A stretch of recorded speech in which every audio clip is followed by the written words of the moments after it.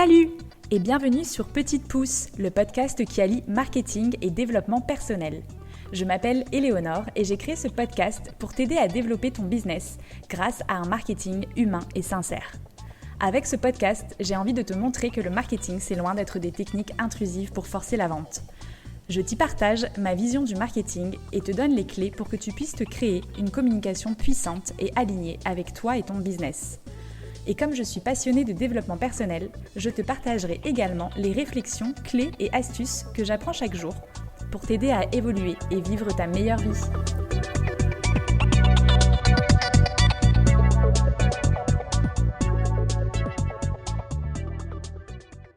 Hello, je suis ravie de vous retrouver pour un nouvel interview. Aujourd'hui, je reçois Géraldine, la fondatrice de Meraki, pour parler d'organisation et de structuration. Géraldine, elle est spécialisée dans l'accompagnement des freelances, solopreneurs et petites entreprises dans la structuration de leur activité, l'apprentissage de la délégation et l'amélioration de leur processus et du management au sein des équipes. Elle nous partage son parcours et ce qui l'a motivée à créer Meraki pour être plus alignée avec ses valeurs et sa vision. Dans cet épisode, Géraldine, elle nous explique la différence entre la posture de CEO et celle de solopreneur et comment il est crucial de discerner et de gérer ces différentes casquettes au quotidien. Elle nous explique comment allouer son temps entre les tâches stratégiques, managériales et opérationnelles et nous partage aussi une méthode clé pour gagner en clarté et en efficacité. Traquer son temps pour avoir une vision factuelle de son emploi du temps et pouvoir ajuster ses priorités en conséquence. Géraldine, elle nous livre aussi ses conseils pour bien déléguer et identifier ses besoins précis et comment chercher les bons experts pour les tâches qu'on ne veut pas ou qu'on ne peut pas réaliser soi-même. Bref, un épisode riche en astuces pratiques et en conseils pour gérer efficacement son activité. Bonne écoute! Hello Géraldine! Salut Éléonore! Écoute, je suis ravie de te recevoir aujourd'hui sur le podcast Petite Pouce pour parler d'organisation et de structuration. Tu es donc la fondatrice de Meraki, où tu accompagnes les freelances et les solopreneurs à structurer leur activité, s'organiser, apprendre à déléguer, mais également tu accompagnes les TPE à optimiser leurs process et améliorer le management de leurs équipes. Est-ce que tu peux commencer par nous parler de ton parcours, de ton histoire, comment tu en es arrivé là et te présenter un peu plus amplement sur ce que tu fais aujourd'hui avec Meraki? Yes, avec plaisir. Merci déjà pour l'invitation. Je suis trop contente d'être là avec toi. Alors, mon parcours, j'ai passé 15 ans dans une grande entreprise à faire de l'organisation, de la structuration, de la mise en place de process. Parce que c'est ma nature, en fait, je suis comme ça dans la vie. Et c'est pas grave. Mais c'est vraiment ma nature profonde. J'adore ça. J'adore simplifier les choses. Et donc, j'ai fait ça dans une boîte qui s'appelle Adecco, qui fait des ressources humaines. Et je faisais ça auprès de clients très grands comptes. Donc des Amazon, Nestlé, voilà, ce type de clients. Je suis passée par plein de postes en fait dans l'entreprise. J'ai évolué, j'ai été manager et j'ai fini sur la cellule internationale. Et en fait, au bout de 15 ans, je suis arrivée à un niveau où les postes d'après, c'était des postes à l'étranger, mais qui ne me donnaient pas forcément envie dans le contenu et où je ne me sentais plus forcément alignée avec ce que j'étais en train de faire. Pour autant, je garde quand même toujours ça au fond de moi, le fait de structurer, de mettre en place des process, etc. Et donc, je me suis dit, comment est-ce que je peux réfléchir à mes étapes d'après? Qu'est-ce que je voudrais vraiment faire quand je serai grande? Donc, j'ai fait un bilan de compétences. Et le bilan de compétences a vraiment mis en avant un aspect conseil. Or, moi, en grande entreprise, j'avais des consultants qui étaient là. Donc, j'étais cliente de conseil, de boîtes de conseil. Et je me disais, alors si c'est pour faire des slides, des super PowerPoint, ça ne me donne pas ultra envie non plus. Donc bref, j'ai creusé un peu tout ça et je me suis dit que en fait, ce que j'avais vu et appris et mis en place chez des très, très grosses structures était aussi en fait tout à fait duplicable pour des petits qui se lançaient. Et notamment auprès des indépendants qui se lancent en se disant qu'ils vont être libres, qu'ils vont pouvoir avoir du temps pour leur famille, pour eux, etc. Et qui, pour beaucoup, se retrouvent au bout de quelques mois à faire beaucoup trop d'heures par semaine par rapport à ce qu'ils avaient prévu. Et donc, je me suis dit, comment est-ce que je peux transposer ça, en fait? Donc, voilà un peu pour le parcours. Entre-temps, dans mon parcours pro, j'ai eu 2 enfants. Et il se trouve que quand j'étais salariée, j'étais aussi beaucoup à l'étranger. Donc, je voyais peu mes enfants. Et donc, la décision de me mettre à mon compte et de créer Meraki a aussi été prise par rapport à mes enfants. à la fois pour être là pour eux, pour passer du temps avec eux, et puis parce que j'avais l'impression que j'étais en train de leur montrer une image du monde du travail qui n'était pas exactement celle que je voulais leur laisser. Et voilà, tu as un enfant aussi, donc tu sais ce que c'est. Il y a ce que les parents disent et puis ce qu'ils voient, ce que voient les enfants et ce qu'ils retiennent. Et donc je me suis dit que c'était pas leur donner non plus une très bonne image que de leur dire je vais au travail, mais bon, ça me plaît moyen, etc. Bref, tout ça mis bout à bout. Donc j'ai en effet créé Meraki il y a 2 ans et demi.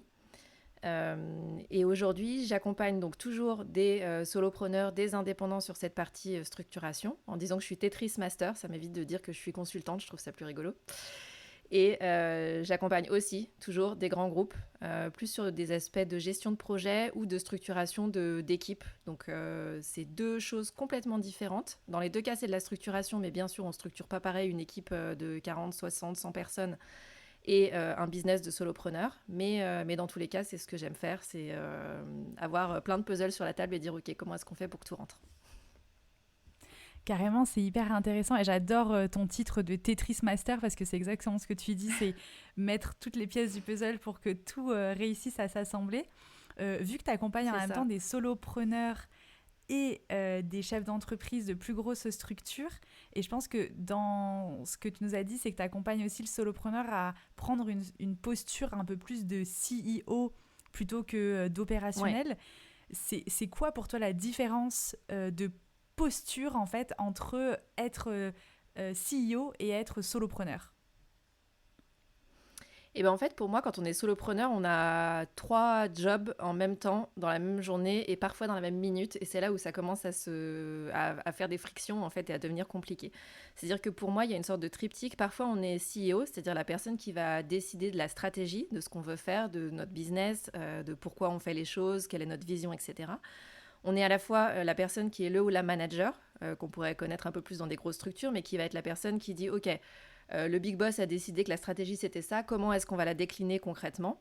Et on est, tu le disais à l'instant, l'opérationnel, c'est-à-dire la personne qui exécute, et qui est donc le troisième point du triptyque pour moi. Et en effet, ça devient compliqué quand on essaye de faire les trois en même temps ou quand on a mis une stratégie en place, qu'on commence à l'appliquer, à être dans les opérations, puis qu'on se dit « Ah non, mais peut-être que finalement, c'était pas une si bonne idée, donc je vais rechanger la stratégie, etc. » Et donc, cette histoire de posture, c'est aussi avoir en tête qu'on a différentes casquettes, et c'est normal en tant que solopreneur. Mais je dis souvent à mes clients, s'il te plaît, quand tu es sur ta casquette de CEO, ne commence pas à faire des opérations et inversement. Quand tu es sur ta casquette de CEO et sur ta posture de CEO, c'est-à-dire en train de travailler la stratégie, tu bosses la stratégie, ensuite tu la déclines, et quand tu la déclines, là, tu peux mesurer si tu vas avoir des choses factuelles pour savoir si tu vas continuer ou pas, tu mesures ce que tu es en train de faire, mais ne remets pas en question quand tu es en train de le faire. Sinon, tu n'as même pas été au bout de la stratégie, donc c'est difficile de revenir dessus et de changer d'avis en disant « Ah non, mais finalement, ça ne marche pas très bien, etc. » Ce qui arrive malheureusement très souvent. Trop intéressant. Et du coup, entre ce triptyque, là, ces trois parties du solopreneur qui doit gérer en fait dans son quotidien de freelance ou de solopreneur, ce serait quoi le temps que tu conseilles à tes clients d'allouer sur chacune de ces trois parties-là? Alors c'est hyper variable et en quasiment 3 ans, moi, à mon compte, je vois qu'il y a des périodes où c'est plus important sur la phase de stratégie ou plus important sur la phase d'opération. Mais globalement, j'ai tendance à dire que pour moi, c'est à peu près 10 ou 15%, on va dire 10 pour faciliter les calculs, sur la partie stratégique. Mais un vrai 10%, c'est-à-dire pas être en train de faire autre chose à côté, mais un vrai 10% de concrètement quelle est la stratégie, quelles sont les prochaines actions que je veux mettre en place, quelle est ma roadmap, pourquoi est-ce que je fais ça, comment est-ce que je vais mesurer que ça va fonctionner ou pas. Donc j'ai tendance à dire 10% là-dessus. Pour moi, sur l'aspect managérial de déclinaison derrière de est-ce que j'ai besoin de ressources, et ça peut être des ressources financières bien sûr, mais est-ce que j'ai besoin d'aller chercher des personnes qui vont m'aider à faire ça, est-ce que j'ai besoin de me former, je dis en général 20%, ce qui laisse 70% pour les opérations, et 70% d'opérations, ça veut dire délivrer ses clients, et potentiellement faire ce qu'il y a à faire. Donc ça peut être de la communication, ça peut être du marketing quand on l'a pas délégué. Quand c'est délégué, ça peut être la gestion avec les équipes aussi potentiellement à ce moment-là. Mais c'est tout ce que moi j'appelle le délivrer, mais les opérations pures et dures de exécuter, quoi. Une fois que le plan est clair, il n'y a plus qu'à exécuter. Trop bien. Ouais, donc du 10, 20 et 70%. 20, ouais, c'est ça. Et c'est quoi la première étape quand tu accompagnes un client justement qui vient à toi en te disant je suis complètement débordée, il faut que tu m'aides à structurer mon activité. C'est quoi la première étape, le premier step que tu mets en place avec tes clients pour les aider à structurer? Alors déjà, je pose beaucoup de questions au départ parce que souvent, en fait, on vient sous l'angle j'ai pas de temps ou j'ai un problème avec mon agenda et c'est pas toujours ça le vrai problème. Donc en général, on passe déjà beaucoup de temps à creuser pour essayer de bien comprendre quelle est la cause racine et pourquoi est-ce qu'on a ce sentiment de ne pas avoir de temps ou d'avoir un problème de structuration. Je prends souvent cet exemple, mais le temps, c'est quelque chose quand même d'assez, d'à la fois quelque chose de très factuel et de très subjectif. C'est-à-dire que quoi qu'il arrive, 1 heure, ça dure 60 minutes pour tout le monde. Et en même temps, quand tu te fais masser pendant 1 heure ou quand tu fais ton assemblée générale de copropriété pendant 1 heure, t'as pas tout à fait le même ressenti. Donc en général, je prends cet exemple-là parce qu'au bout d'1 heure de massage, tu te dis ah mais mince, ça a duré un quart d'heure, c'est déjà fini quoi, comment c'est pas possible. Alors que l'AG, au bout d'un quart d'heure, tu te dis mon Dieu, ça va être long, je vais jamais tenir tout ce temps-là. Et donc souvent, je commence par beaucoup questionner et ensuite on essaie de mettre du factuel sur les problématiques. Et donc quand on parle notamment de structuration, très souvent c'est j'ai pas le temps de faire ou j'arrive pas à organiser les choses, à prioriser, à savoir dans quel ordre faire quoi. Donc une des premières étapes pour moi, c'est de remettre du factuel, notamment en traquant son temps sur des très très courtes périodes. C'est-à-dire que j'ai déjà croisé des gens en prospection qui me disaient mais ça fait 1 an que je traque mon temps, cool, et donc rien parce qu'il n'y avait pas d'analyse derrière en fait. Donc en soi, le tracking sans l'analyse, ça ne sert pas à grand-chose. Moi, ce qui m'intéresse, c'est d'aller traquer sur 1, 2 ou 3 semaines et surtout derrière d'analyser et de voir en fait la différence entre la perception du temps qu'on passe sur les choses et la réalité. Et à partir de là, on peut commencer à travailler et à se dire, ok, j'avais l'impression que je passais 10% de mon temps à faire de la prospection. En fait, c'est 2% de mon temps. Si une de mes priorités, c'est de trouver des clients et que je ne passe que 2% de mon temps à faire de la prospection, il y a un problème. Donc derrière, l'idée, c'est de savoir comment rééquilibrer. Et à ce moment-là, on rentre dans la structuration, en effet, de comment est-ce qu'on optimise les choses. Mais pour moi, une des premières étapes, c'est vraiment cette logique de traquer le temps pour, encore une fois, remettre du factuel, enlever tout ce qui peut être affect, émotion au maximum, en tout cas sur cet exercice-là, pour pouvoir prendre des décisions avec la tête froide en fait. Et là encore, c'est une question aussi de posture. Ouais, hyper intéressant. C'est de traquer, mais d'analyser derrière. Et du coup, toi, ce serait ça ton premier conseil pour un solopreneur qui est débordé, ce serait de lui dire, commence par traquer ton temps pour te rendre compte, est-ce que ce que toi, tu as l'impression de mettre en place et de vivre, c'est vraiment ce qui se passe en factuel? Ouais, clairement. Et souvent, on a l'impression que ça va prendre du temps. Il y a quand même de plus en plus d'applications aujourd'hui qui permettent de le faire de manière de plus en plus fluide. Et c'est pour ça que je ne conseille pas de le faire sur des très longues périodes non plus. Mais vraiment, il y a des prises de conscience. Moi, systématiquement avec mes clients, il y a des prises de conscience de je pensais pas passer autant de temps à faire ça en fait. Et du coup, c'est aussi la prise de conscience qui fait que derrière le passage à l'action va être simplifié et qu'on va avoir envie de le faire et de le faire plus facilement. Je connais personne qui spontanément se dit j'ai envie de mettre en place des process, de faire de la structuration pour le plaisir. Voilà, même moi qui adore ça, dans mon business, je le fais pas juste pour le kiff. Je le fais parce que j'ai une motivation derrière à le faire et que je comprends ce que ça va m'apporter. Et donc, ce calcul, en fait, et ce tracking du temps permet de rendre factuel et donc de trouver quelque part la motivation à aller faire bouger les choses. Sinon, on reste en fait à se dire, c'est compliqué, j'arrive pas à tout gérer. Mais finalement, le coût de changer tout ça est encore trop élevé. Donc, je vais rester quand même dans mon truc un peu compliqué, dans mon chaos. Et puis, on verra tant bien que mal comment je m'en sortirai, quoi. Ouais, c'est hyper intéressant parce que du coup, ça fait des vraies prises de conscience aux personnes que tu accompagnes de se rendre compte en fait factuellement du temps qu'ils vont passer sur chaque action. Et d'ailleurs, tu nous disais que toi, c'est ce que tu as pu mettre en place dans ton activité. Justement, qu'est-ce que toi, tu mets en place concrètement pour structurer ton activité, toi qui es une experte du sujet et en plus une passionnée de ça? Alors déjà, je suis une experte et passionnée de ça, mais je me suis aussi fait accompagner là-dessus, même si je sais que potentiellement c'est quand même mon point fort, parce que c'est compliqué quand c'est pour soi d'avancer ou d'aller aussi loin qu'on voudrait seul. Donc en fait très vite j'ai vu les limites moi quand je suis passée après 15 ans de salariat et que je suis arrivée entrepreneur. J'avais eu des cours sur le fait d'avoir une boîte, etc., d'être entrepreneur en école de commerce 15 ans plus tôt, donc déjà en 15 ans ça avait beaucoup changé. J'ai découvert ou redécouvert le marketing en me disant mon Dieu, et en fait tout ce que je levais j'avais l'impression d'ouvrir un tiroir et de découvrir tout ce que je ne connaissais pas. Et en me disant, mon Dieu, mais ça s'empile, en fait, je ne connais pas, et je ne connais pas, et je ne connais pas, et je ne connais pas. Et donc, au tout démarrage, j'ai eu cette prise de conscience, pour le coup, qui a été assez violente, mais de me dire, OK, peut-être que en effet, j'ai des choses, j'ai une expertise à vendre, mais par contre, il y a tout un tas de choses autour qui sont du domaine du job du ou de la CEO que je ne connais pas et qu'il va falloir que j'apprenne ou sur lesquelles il va falloir que je me fasse accompagner parce que j'en ai besoin pour faire tourner un business et aujourd'hui, je ne sais pas faire. Ça paraît anodin, mais en fait, ça a été une prise de conscience vraiment très forte pour moi et qui m'a vraiment permis de mettre en place une stratégie dès le démarrage, d'aller chercher notamment des experts sur des thématiques, c'est-à-dire que sur LinkedIn, par exemple, sur l'écriture de newsletters, etc., où je me suis dit, j'ai pas envie, moi, de me former là-dessus forcément, parce que c'est pas quelque chose que je vais revendre à mes clients derrière. Pour autant, j'en ai besoin pour mon business. Donc, comment est-ce que je fais pour aller chercher les ressources ? Donc comment je fais, je sais très bien identifier ce que je ne sais pas faire et donc aller chercher les personnes qui savent faire à ma place. Je sais identifier aussi, grâce à l'introspection, j'ai fait pas mal de coaching quand j'étais salariée, mais aussi depuis que je suis à mon compte, des choses qui m'ennuient. Je sais quelles sont les tâches trop techniques. Voilà, typiquement là, on est sur un enregistrement de podcast. Le montage, moi, d'un podcast, c'est no way en fait. C'est pas possible que je le fasse. C'est pas mon truc, je déteste ça, j'ai pas envie de me former, j'aime pas ça. Donc le fait de me connaître et de savoir quelles sont les tâches que je n'ai absolument pas du tout envie de faire, ça me permet aussi de prendre des décisions sur est-ce que c'est nécessaire ou pas. Sinon, ok, on la fait pas. Si oui, c'est nécessaire au fonctionnement du business et que je n'ai pas envie de le faire, c'est quoi les options possibles en fait. Et ensuite, ma stratégie a aussi pas mal évolué en cours de route, au-delà des accompagnements et des délégations que j'ai pu faire.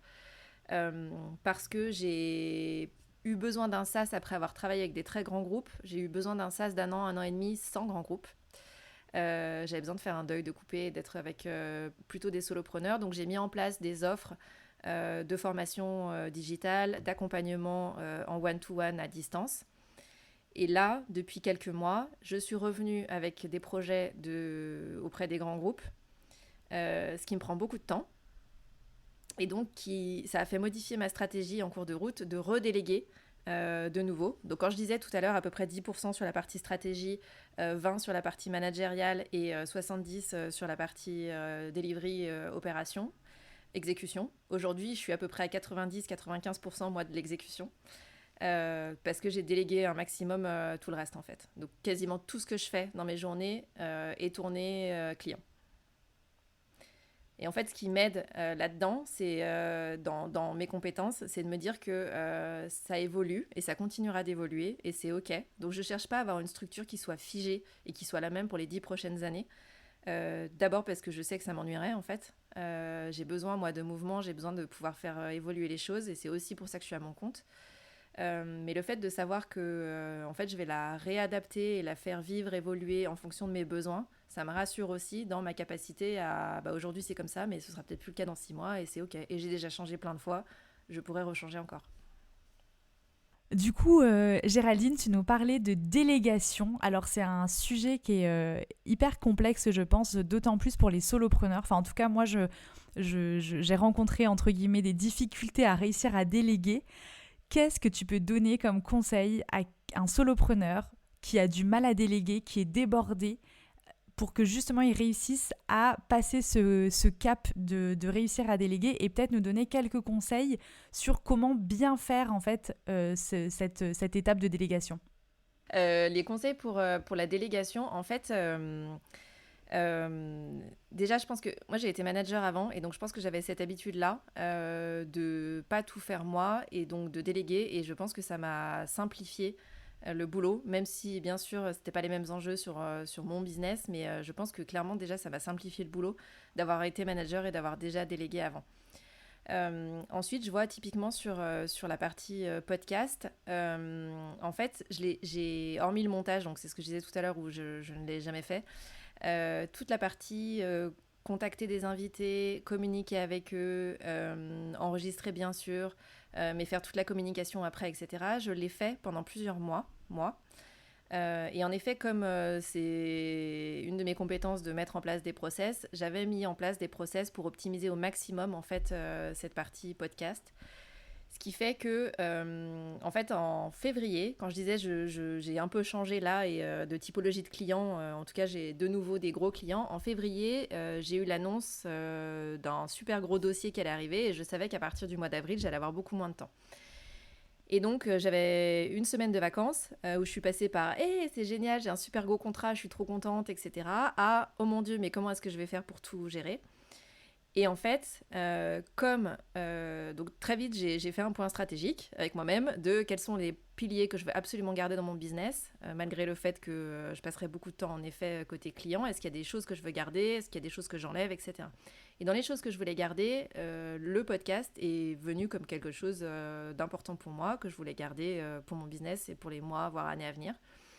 Et le fait d'avoir déjà, moi, les process en place, et de travailler en l'occurrence avec Gaëtan qui faisait déjà le montage.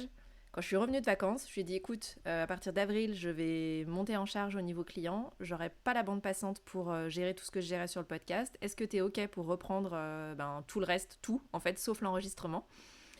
Mes process sont en place, donc je te transfère tout. Tu peux les faire évoluer si tu veux, etc. Mais je sais exactement quel outil utiliser, pourquoi, dans quel ordre, combien de temps ça prend, voilà, pour quel résultat. Et résultat, en fait, en une semaine, elle a tout récupéré. Elle a tout récupéré parce que les process étaient déjà clairs, parce que du coup, mon besoin par rapport à elle était clair aussi. Je savais exactement, en gros, ce que j'allais lui demander, où est-ce que ça commençait, où est-ce que ça s'arrêtait, pourquoi j'en avais besoin, ce que ça allait me faire gagner comme temps, et est-ce que ça me libérait comme espace, comme charge mentale aussi pour mes clients à côté, puisque c'était ça mon besoin. Donc en termes de conseils pour la délégation, moi j'aurais tendance à dire ça, soit c'est quelque chose que vous faites déjà, et du coup ça va quand même aider à rentrer dans le détail de quelles sont les différentes actions à réaliser, avec quel outil vous connaissez déjà, donc je trouve que c'est rassurant quand on transfère à quelqu'un d'avoir déjà fait soi-même, et ensuite de savoir combien de temps ça prend, ça permet aussi de calibrer potentiellement combien de temps ça va coûter. Donc moi, j'ai trouvé ça rassurant, en fait, d'avoir ces deux éléments-là, à la fois de savoir exactement ce qu'il y avait à l'intérieur et combien de temps ça prendrait. Et pour les délégations que j'ai faites sur des choses que je n'avais jamais faites moi, je suis partie du principe que j'allais chercher des experts, qu'ils avaient une expertise que donc je n'avais pas, et que mon rôle à moi, c'était de cadrer au démarrage quel était mon besoin, donc d'être la plus précise possible, en fait, dans mon besoin, dans qu'est-ce que j'allais regarder, qu'est-ce qui était important pour moi, pour que eux puissent travailler après le plus facilement possible. Ok, trop bien. Donc effectivement, être au clair sur ce qu'on veut déléguer et puis savoir un petit peu le type de délégation qu'on veut mettre en place avec les prestataires qui vont nous entourer. Oui. Et après, est-ce que tu aurais un conseil en termes de mindset? Parce que toi, tu nous disais justement que toi, tu as été manager avant et donc que tu avais déjà délégué. Et donc effectivement, cette partie-là, elle n'était pas trop compliquée pour toi en termes de passage à l'action, on va dire. Ouais. Mais peut-être que tu observes chez les solopreneurs et les freelances que tu accompagnes des blocages, tu vois, en termes de mindset qui leur empêchent de passer à l'étape suivante. Qu'est-ce que tu pourrais leur donner comme conseil, toi, en termes de positionnement, de posture, de mindset, en fait? Alors, je trouve que c'est plus facile de déléguer quand on est solopreneur à des freelances, parce que c'est pas comme si on embauchait quelqu'un, tu vois, en CDI. Je trouve que c'est moins lourd. Et donc, parce que souvent la crainte, c'est oui, mais si ça se passe pas bien, etc. Et je trouve qu'au contraire, de bosser avec des freelances, c'est hyper souple parce qu'ils comprennent en fait nos problématiques de, des fois, oui, ça rentre, on a des clients, et puis des fois, il faut suspendre quelques mois parce que c'est un peu plus tendu, donc la trésor, etc. Et donc, je trouve que déjà, de se dire que on peut pas savoir à l'avance comment ça va se passer, ça reste de l'humain. Moi, je fonctionne que à la recommandation, c'est-à-dire que j'ai jamais mis d'offre disant je cherche un copywriter. Par contre, j'ai un réseau d'entrepreneurs autour de moi à qui je dis là j'ai besoin d'un copy pour faire ça, ça et ça, est-ce que quelqu'un connaît quelqu'un? Et du coup à chaque fois on me file des noms en fait. Donc déjà moi je trouve que le fait de n'arriver que par recommandation, ça veut dire que les gens ont déjà travaillé avec la personne avec qui peut-être vous allez travailler.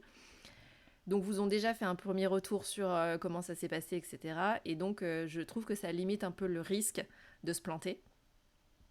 Ensuite, je trouve que quand on est ultra clair Mais pour moi, ça va avec la posture, en fait, de dire pourquoi vous en avez besoin pour votre entreprise, de se poser les questions, pourquoi est-ce que vous iriez chercher de la délégation, quel est le besoin exactement, quelles sont les tâches dont vous avez besoin. Et plus vous allez être clair, plus la personne en face va comprendre vos attentes, et donc plus il y aura de la communication et de la fluidité, de la transparence, plus ça va aider pour que ça se passe bien.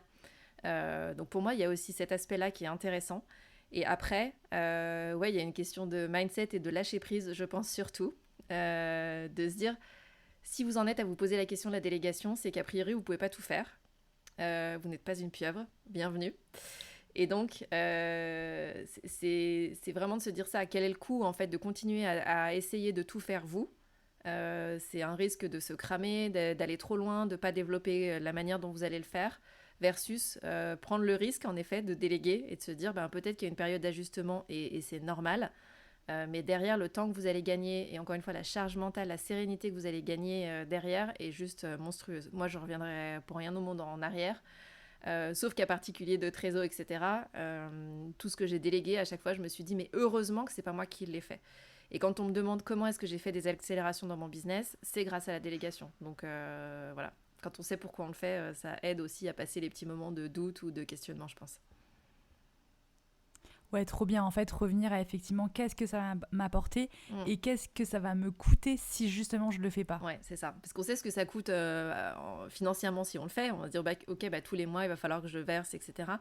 Mais ce que ça va coûter et financièrement et en termes d'impact émotionnellement et en termes de fatigue, etc., c'est aussi un coût à prendre en compte. C'est hyper subjectif, mais c'est un coût qui peut vraiment ralentir, voire planter une boîte. Donc je pense que dans la réflexion, c'est intéressant d'avoir aussi une réflexion autour de ces sujets-là, en fait. Très intéressant, très clair. Maintenant, si on passe à la partie plutôt organisation. Ouais. Alors, je crois avoir compris que toi, tu n'étais pas trop de la team à utiliser trop, on va dire, entre guillemets, les conseils d'organisation qu'on donne dans les livres, etc. Et de plus de revenir à soi, en fait, à son propre fonctionnement. Ouais. Du coup, est-ce que tu aurais des conseils, des tips en termes d'organisation, justement, pour aider les solopreneurs et les freelances à mieux s'organiser dans leur quotidien ? Alors en effet, moi je suis pas trop de la team poussée à utiliser absolument Pomodoro ou Pareto, voilà, parce que j'estime qu'on est tous différents et heureusement, et donc on a tous des modes de fonctionnement qui sont différents, donc on va pas forcément réagir de la même manière. En termes de conseils, c'est assez basique, mais c'est pour moi lié à l'introspection et au fait de s'observer. Il y a forcément des moments dans votre journée, je suis sûre que ça t'arrive aussi, où tu sens que c'est hyper fluide, et d'autres moments où tu sens que c'est méga lent, que c'est super compliqué. Et ça peut ne pas être la même chose d'un jour à l'autre. Mais en fait, quand on observe ça, on comprend qu'il y a des moments donc, de la journée qui peuvent être plus fluides que d'autres. Il y a des moments où on se lève fatigué et où donc tout ce qu'on va faire dans la journée va prendre 2 fois plus de temps que ce qu'on avait prévu. Et à l'inverse, il y a des jours où on se lève et on est pleine bourre, et là, on peut faire des trucs de fou. Je donne un exemple. Quand j'ai commencé, j'écrivais... moi, mon canal d'acquisition principal, c'était LinkedIn. Donc j'écrivais des posts pour LinkedIn. Et organisée que je suis, j'avais mis ça dans mon agenda en me disant le mardi matin, de 9h à midi, j'écris tous mes posts de la semaine. Bon, j'arrivais le mardi matin, zéro créativité, donc c'était mort, j'avançais pas. Je devais en faire genre 8, j'en prenais 1,5, j'étais juste ultra frustrée parce que ça avançait pas. Donc résultat des courses, mes posts sont pas sortis, donc d'un point de vue exécution, je suis pas attendue. Je suis hyper frustrée, énervée parce que j'ai pas fait ce que j'avais prévu de faire dans les temps et que j'ai plus de temps pour faire ça, donc voilà, donc ça marchait absolument pas. Et en fait, je me suis rendu compte que j'étais beaucoup plus créative les jours où je suis fatiguée. C'est comme ça.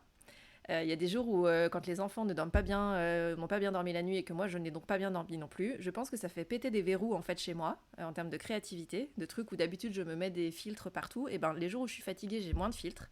Et donc en termes de créativité, ça marche vachement mieux. Et donc il y a un mardi matin où je suis arrivée, j'étais fatiguée, c'était l'heure d'écrire mes posts et je me suis dit comme d'hab, je vais passer 3 heures à procrastiner à mort pour en sortir 1,5.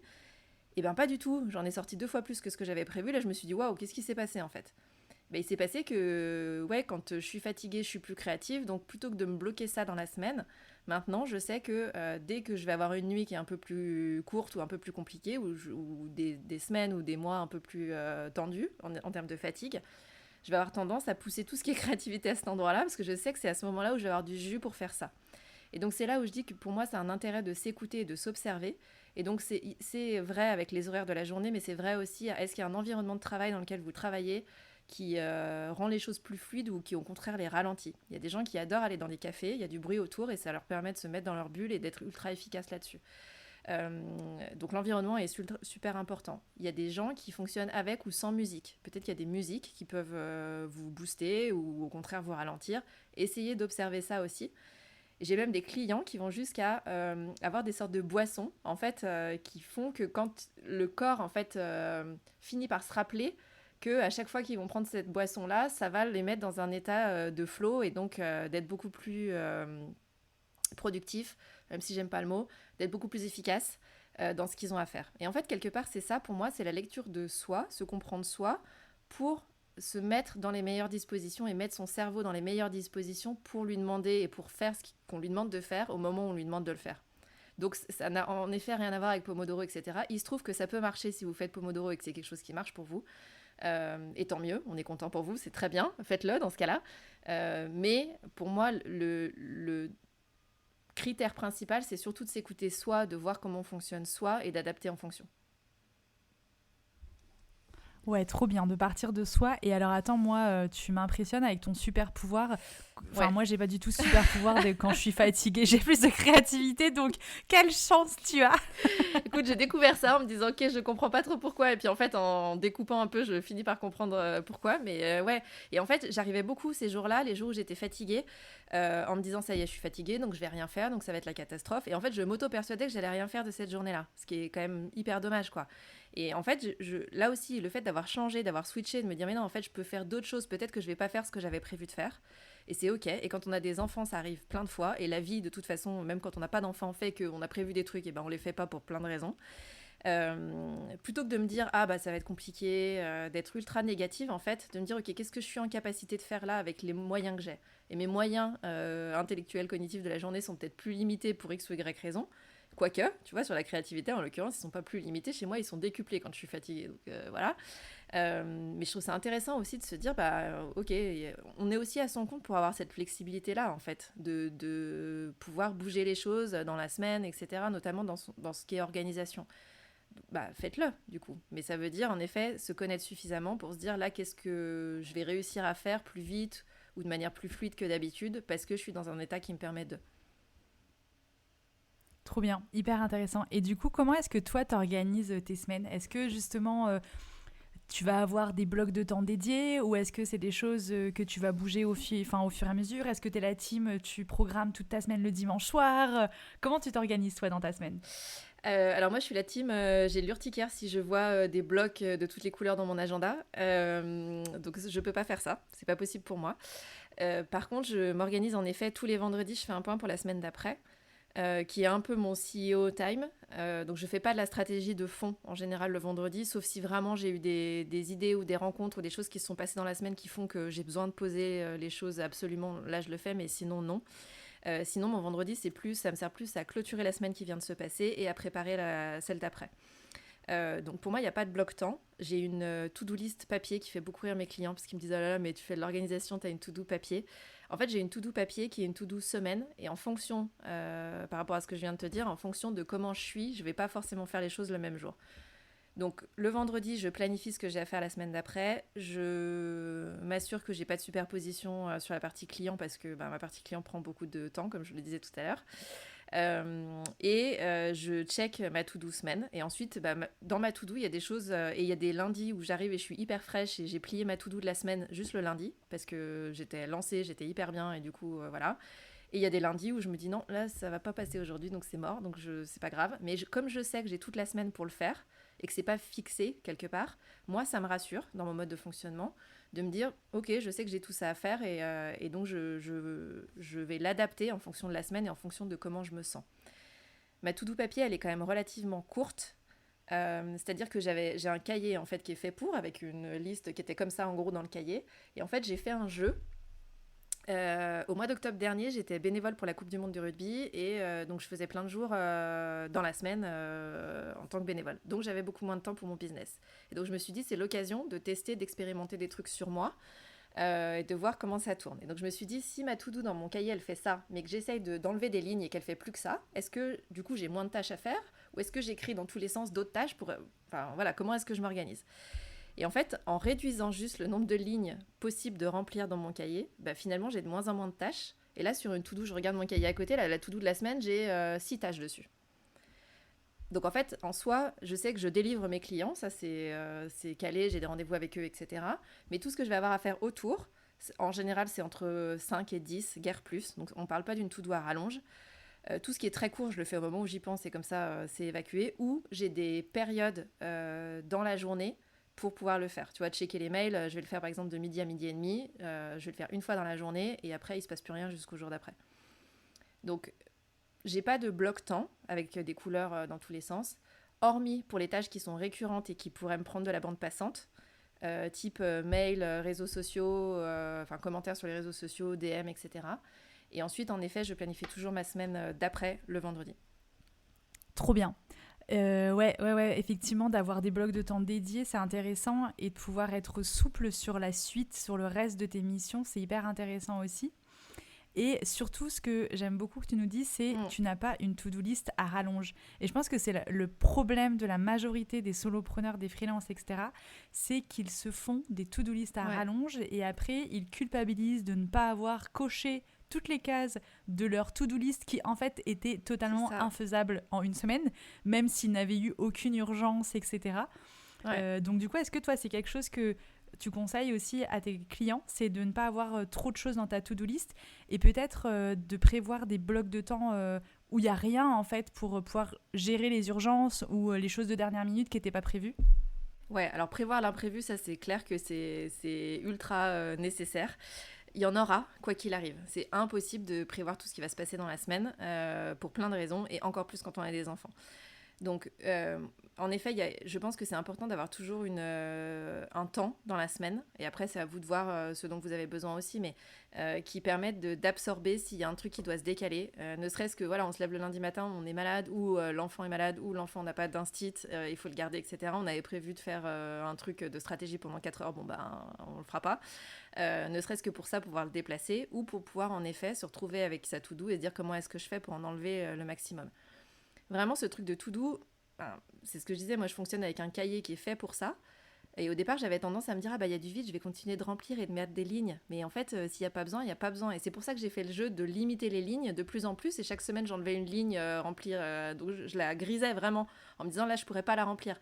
Et c'est tout bête, mais vraiment, je me suis dit, mais en fait, s'il n'y a pas de place, j'arrive à le faire et j'en fais moins en fait. Et mon business ne se porte pas plus mal, au contraire. Moi, je me porte pas plus mal, au contraire. Donc ce truc de to do et de... Moi, j'adore stabiloter, barrer. Donc je comprends absolument cette idée de vouloir faire ça. Mais en effet, tout n'est pas nécessaire. Voilà. Moi aussi, je suis la team papier, alors que je suis consultante en marketing digital. Voilà. Donc voilà. C'est pas grave. Et encore une fois, c'est un mode de fonctionnement. Donc le tout, c'est de savoir comment on fonctionne et qu'est-ce qu'il y a de plus évident pour nous. Par contre, en effet... Moi, dans le cahier, il y a plein de choses où je me dis, est-ce que vraiment c'est nécessaire cette semaine ou est-ce que ça va venir sur des semaines d'après? Et donc là, dans mon cahier, en gros, toutes les semaines sont écrites jusqu'à la fin de l'année. Donc il y a des trucs que j'ai dispatchés un peu partout. Il y a des choses qui ne sont pas urgentes et qui viendront plus tard, etc. Mais à chaque fois, avant d'écrire un truc, je me dis déjà, est-ce que c'est nécessaire? Est-ce que vraiment ça va faire avancer mon business? Est-ce que ça répond à mes objectifs du moment? Est-ce que ça fait avancer un truc, en fait, dans les objectifs que j'ai? Si les deux réponses sont non, ça sert à rien de l'écrire, quoi. Tellement ça. Et il y a un autre point où je voulais rebondir, c'est tout à l'heure tu nous parlais du CEO Time. Ouais. Qu'est-ce que tu conseilles aux solopreneurs de faire pendant ce CEO Time, justement? Alors, en fait, je le vois souvent avec des clients, ça. C'est-à-dire que pour moi, c'est les petites tâches qui sont faites toute la semaine, mais qui prennent en fait du temps et de l'énergie à faire à chaque fois. C'est-à-dire que quand je fais des formations, notamment dans des pépinières, j'explique toujours ça, mais le cerveau, il met 20 minutes à se reconnecter d'une tâche à une autre. Donc si je passe 5 minutes à faire un truc et 5 minutes à faire un autre et 5 minutes à mon cerveau, il est resté 3 tâches avant et en fait, il n'arrive pas à suivre ce qu'il est en train de se passer. Donc pour moi, le CEO Time, il y a une logique de préparer la semaine d'après. Et quand je dis clôturer la semaine, c'est-à-dire tout ce qui est administratif, les devis, les factures, les relances, Est-ce qu'il y a encore des messages, des mails, des DM qui n'ont pas été répondus pendant la semaine auxquels il faudrait répondre. C'est de tout centraliser à un seul moment de la semaine. Alors moi c'est le vendredi, mais il y a des gens pour qui ça va mieux le lundi ou le mercredi, peu importe. Mais c'est cette idée en fait de centraliser pour éviter que ce soit éclaté tout au long de la semaine.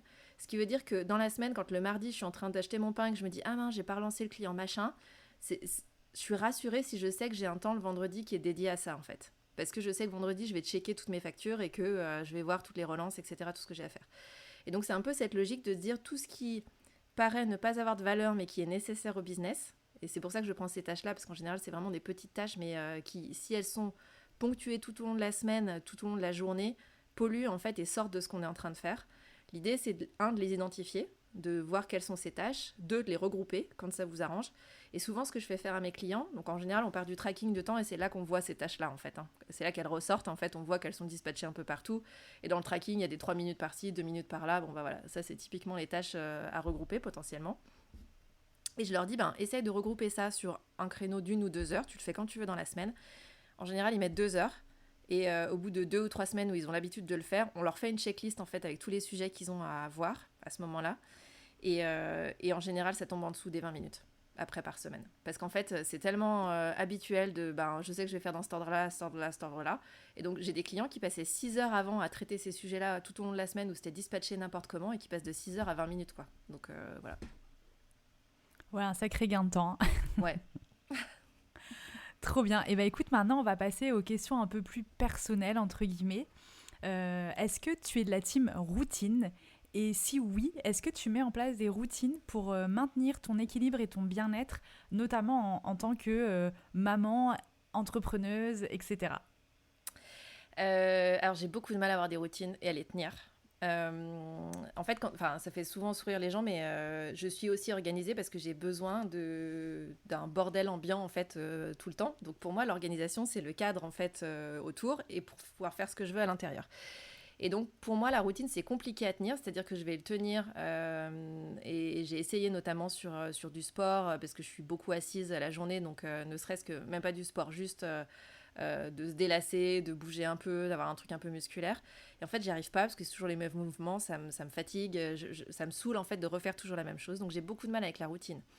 En revanche, j'ai du temps pour moi que je n'avais pas quand j'étais salariée, que je ne prenais pas. Pour autant, j'aurais pu le prendre quand j'étais salariée. Je pense que c'est juste que c'était pas dans mon référentiel, manifestement. Où je fais du sport toutes les semaines, seule. Je fais du sport toutes les semaines avec mon mec, pendant que les enfants sont à l'école. Alors, il est prof, donc ça aide aussi. Lui aussi a de la dispo dans la journée, mais voilà. Et je chante, ce que je n'avais pas avant. Donc, en soi, c'est pas des routines au sens le matin, le soir, etc. Par contre, c'est des points de passage dans ma semaine qui sont non négociables. Absolument pas du tout négociables. Et que je garde quoi qu'il arrive. C'est-à-dire que c'est, pour le coup, ça dans mon agenda. Et je sais qu'il peut pas y avoir de rendez-vous, je peux pas déplacer en me disant ah oui mais ce client là machin, non, en fait c'est je commence par ça et après le reste, notamment le business, va venir se mettre autour. Top. Comment tu définirais ta relation avec ton business aujourd'hui ? C'est une bonne question. Ça a été compliqué pendant un moment parce que j'avais l'impression de ne faire qu'un avec lui. Et j'ai eu du mal et j'ai dû travailler pas mal sur moi pour comprendre que c'était deux choses différentes et que les performances de mon business n'étaient pas forcément en lien avec ma valeur à moi personnelle. Un bon travail de psy a beaucoup aidé à dégrossir ça. Donc aujourd'hui, je dirais plus apaisée, au sens où je sais pourquoi je fais les choses et que clairement mon business est au service de ma vie et pas l'inverse. Trop bien. Qu'est-ce que tu préfères aujourd'hui justement dans ton business et dans ta vie ? Ce que je préfère, c'est la flexibilité de pouvoir bosser à peu près comme je veux, quand je veux. De pouvoir prendre mes 10 semaines de vacances par an comme je veux. Et ça, c'est un luxe absolu. Et vraiment, pour retravailler, pour avoir là, des clients sur des très très grosses boîtes, ce que j'aime beaucoup et ce que le business me permet, c'est de pouvoir faire ce qu'on fait là aujourd'hui, échanger en fait avec des entrepreneurs. Je me rendais pas compte en fait en 2 ans où j'étais très proche des freelances, des solopreneurs et beaucoup moins des grosses boîtes, mais le fait de revenir côté grosses boîtes, je me rends compte à quel point on a un cerveau qui est malléable, qui est flexible, adaptable, qu'on est en capacité de s'adapter à une tonne et demie de situations. Quand tu arrives en entreprise et que tu te dis on va faire ça, ils sont là non mais ça va pas être possible parce que si t'es là si en fait et j'ai vraiment l'impression de cette évolution en fait de mindset, et je sais que c'est le fait d'avoir été à mon compte qui m'a permis ça, et qui me permet encore aujourd'hui d'intellectuellement pouvoir choisir aussi les dossiers et les personnes avec qui je bosse, et ça aussi c'est un luxe extrême que j'avais pas avant, où je subissais, on me disait t'as tel client, bon bah t'as tel client quoi. J'étais pas en position de dire oui, non, je sais pas trop, j'ai envie, etc. Aujourd'hui j'ai des propositions qui arrivent et je peux me dire est-ce que j'ai envie ou pas, et le moindre red flag, je peux me dire non, j'y vais pas quoi. Ça Trop c'est bien. cool. Ouais. Géraldine, c'est quoi tes objectifs pour l'année à venir ? Là, mon objectif, c'est de trouver une sorte de stabilité dans mon organisation et ma structuration, avec ce temps client qui est extrêmement élevé. Aujourd'hui, il me reste une vingtaine d'heures à peu près pour mon business en dehors de delivery client par mois. Donc, c'est très peu. Et donc, ça veut dire qu'il faut que j'optimise ça. Je suis encore en recherche et en exploration de comment est-ce que je gère ça. Donc là jusqu'à la fin de l'année, pour les 6 mois qui restent, pour moi c'est vraiment essayer de trouver cette stabilité, tout en sachant que peut-être quand je l'aurai trouvée ce sera plus ça, il faudra la rebouger, mais retrouver cet équilibre quelque part entre temps client, un peu de stratégie et les décisions que je prends, et comment je les prends. Est-ce qu'il y a un livre que tu as lu récemment ou pas du tout qui t'a particulièrement marqué et que tu recommandes souvent autour de toi, que c'est un livre il faut absolument lire, pas forcément un livre connu, ça peut être aussi un livre justement au contraire qu'on sort un peu derrière les fagots. Voilà, est-ce qu'il y a un livre que tu voudrais nous recommander à tous les auditeurs qui nous écoutent ? Alors, un livre en lien avec le business, je ne sais pas parce que j'en lis très peu. En fait, quand je lis, j'ai besoin de couper, donc voilà. Moi, je suis très féministe dans mes lectures, tout court aussi, mais beaucoup dans mes lectures. Donc, je suis vraiment de la team qui adore les Margaret Atwood, voilà, ce genre de dystopie où les femmes ont une place un peu spéciale dans un monde qui n'est pas vraiment le nôtre, mais où des fois, quand même, il y a des parallèles avec le nôtre. Donc j'aurais tendance à dire ces typologies de livres-là qui, moi, me permettent vraiment de sortir du quotidien et parfois de faire quand même des liens avec l'entrepreneuriat. Et ensuite, c'est un peu une réponse de Normande parce que c'est pas vraiment ta question sur un livre, mais j'en ai parlé la semaine dernière dans ma newsletter et c'est encore très frais. J'ai accompagné ma fille à une sortie cinéma pour voir L'homme qui plantait des arbres, qui est une très belle histoire et qui est disponible en ligne sur YouTube gratuitement, donc la vidéo. Et c'est un homme en fait qui plante des glands dans une région extrêmement aride dans le sud de la France pendant des années et des années et des années, et inlassablement il continue de planter encore et encore et encore. Et au final, il finit par y avoir une forêt là où c'était complètement aride et où il ne pouvait pas y avoir de vie humaine. Il y a une forêt, il y a des gens qui viennent vivre autour, des familles qui s'épanouissent, etc. Et je trouve que pour le coup, le parallèle avec l'entrepreneuriat, oui, c'est beaucoup de petits pas. Et des fois, quand on est en plein milieu de plein de milliers de petits pas, on se dit qu'est-ce que je fous là encore à faire des petits pas, est-ce que vraiment ça va payer? Et ben pour moi c'est exactement ça en fait. Oui, c'est l'intérêt de tous ces petits pas cumulés qui au bout d'un moment font qu'on se rend compte que tout ce qu'on faisait depuis des semaines ou des mois, ça servait à ça. Et quand on commence à le faire, souvent c'est clair de pourquoi on le fait, mais des fois quand on est un peu en traversée du désert, on se dit est-ce que j'ai raison de continuer à le faire? Et je trouve que cette histoire illustre très bien ça. C'est pas du tout une histoire sur l'entrepreneuriat, c'est juste moi qui ai fait le parallèle, mais pour en parler là, depuis quelques semaines autour de moi, ça parle beaucoup, donc j'espère que ça parlera aussi aux auditeuristes. Trop bien. Et pour finir, est-ce qu'il y a une phrase qui t'accompagne ou une citation que tu aimes particulièrement, que tu voudrais nous partager pour clôturer ce bel échange ? Pour l'exécution, le fait de passer à l'action, c'est tiré du bon, la brute et le truand. C'est if you shoot, shoot, don't talk. Si vous ne parlez pas anglais, c'est si tu tires, tire, ne parle pas. Donc c'est quand tu fais un truc, fais-le à fond et ne fais pas autre chose. Voilà. Trop bien, bah écoute, c'est parfait pour clôturer cet épisode. Un grand merci Géraldine. Si nos auditeurs et nos auditrices veulent te rejoindre, venir te faire un petit coucou, suivre tes contenus, etc., où est-ce qu'on peut les renvoyer ? Soit sur Meraki_Tuba sur Instagram, soit sur LinkedIn à Géraldine Févra. Trop bien. Et bah écoute, un grand merci Géraldine. Je te dis à très vite. Merci à toi, Éléonore. Merci à toi. Ciao! Salut.